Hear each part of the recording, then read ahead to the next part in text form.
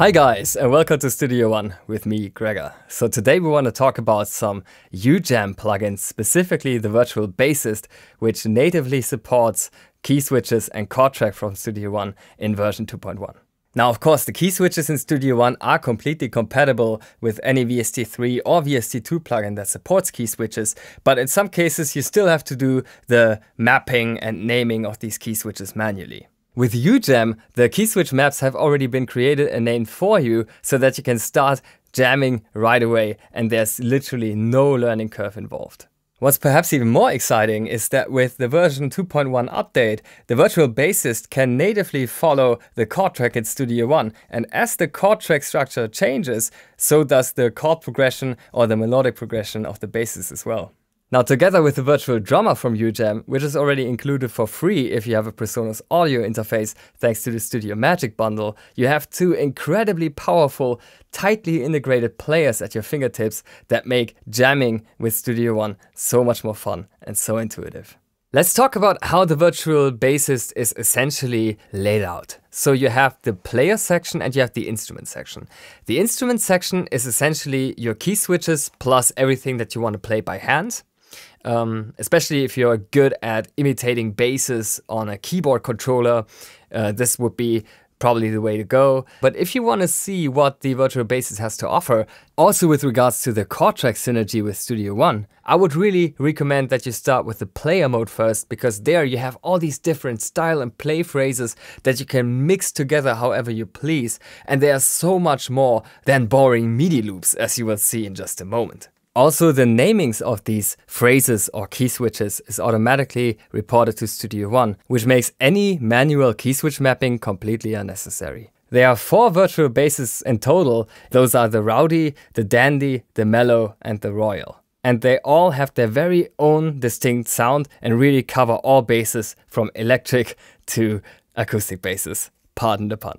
So to give you an understanding of the workflow, let's start with the virtual drummer included in the Studio Magic bundle and then add the basses from there. So we have the sub kick down here, then we have the hi-hats, the crashes and the ride. Sound very nice already. And in the upper octaves, like here for instance, we have these style presets. And because you can combine them in so many different ways, you will immediately come up with something that sounds way different than the original preset. Right? And yeah, it's incredible how quickly we can get a beat together with this. I mean, we simply double click to create a part. And let me just enter one long note to have some kind of fundament going. Yeah, and the first thing I like to do in this situation is just switch through the presets until I find something that I like. Oh, that's cool. It's kind of old school. Oh, I like this one. This sounds really deep and fat. Yeah, let's go with this one actually. That's awesome. So there's already a really nice fundament that we have going on here. And now I like to just search for others that I like. Other phrases.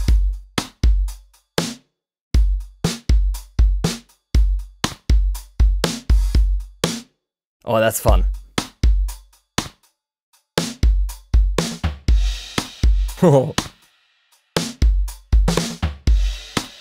That's so cool. I love that.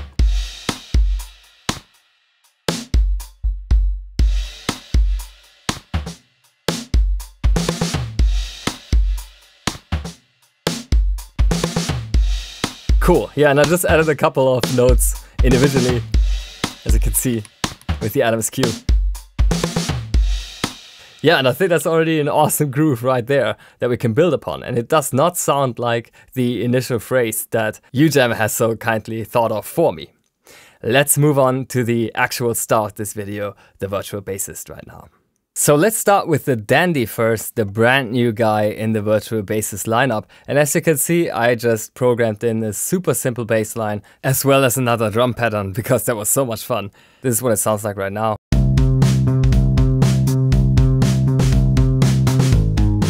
And yeah, let me just show you first and foremost how hands-on these controls are. Octaver, drop D, Everything is super immediate. More compression, easy. Then you can select a finisher, maybe this one. And you already have a super nice bass line going, right? Now here's where it becomes really interesting, because now Studio One can alternate the key switches for us. And they're already named without us having to do it manually, which is super good. So let's try legato off first.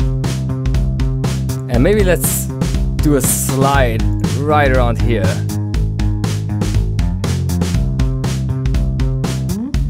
Yeah, that's kind of cool. And then we go back into legato off here, and we do a couple of deads here.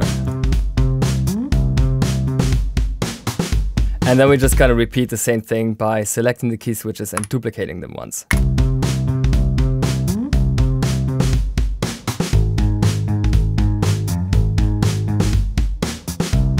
That's kind of cool, that's kind of groovy.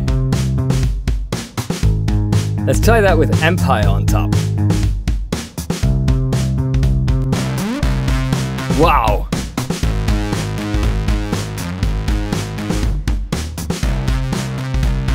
That's so cool.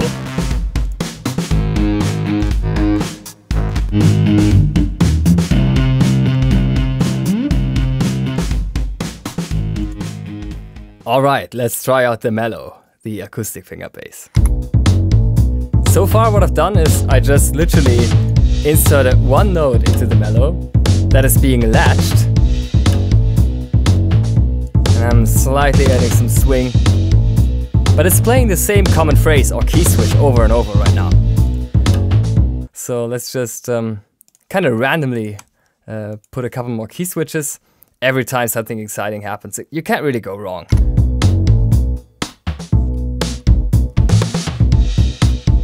That's kind of cool.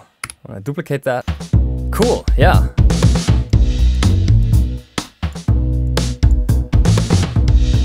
It sounds so good. Maybe a tiny bit of equalizer from the fat channel can make this sound even better. Tiny bit of compression also.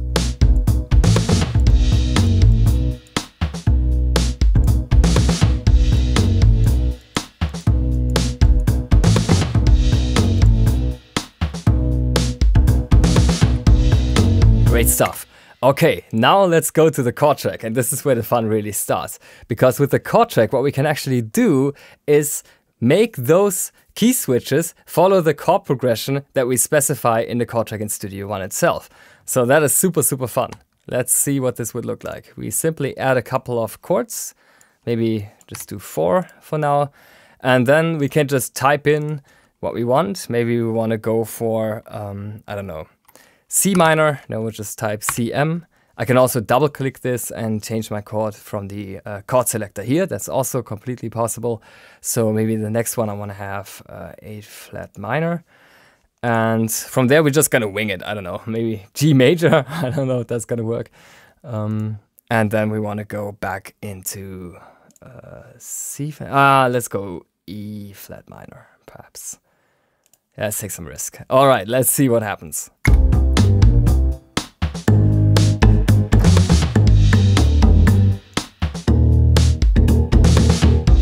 Isn't that awesome? So the key switches are actually adapting to the chord track. It's not just the notes that are being shifted, it is the actual playing style that adapts to the chord that is currently present.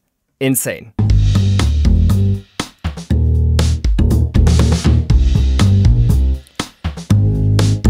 And because we have full visibility and control over the key switch mappings, because they're automatically reported to Studio One, and the chord track, which automatically adapts the playing style according to the chord that we specified, we have effectively full control to change anything that we want about this bass line with just a couple of clicks.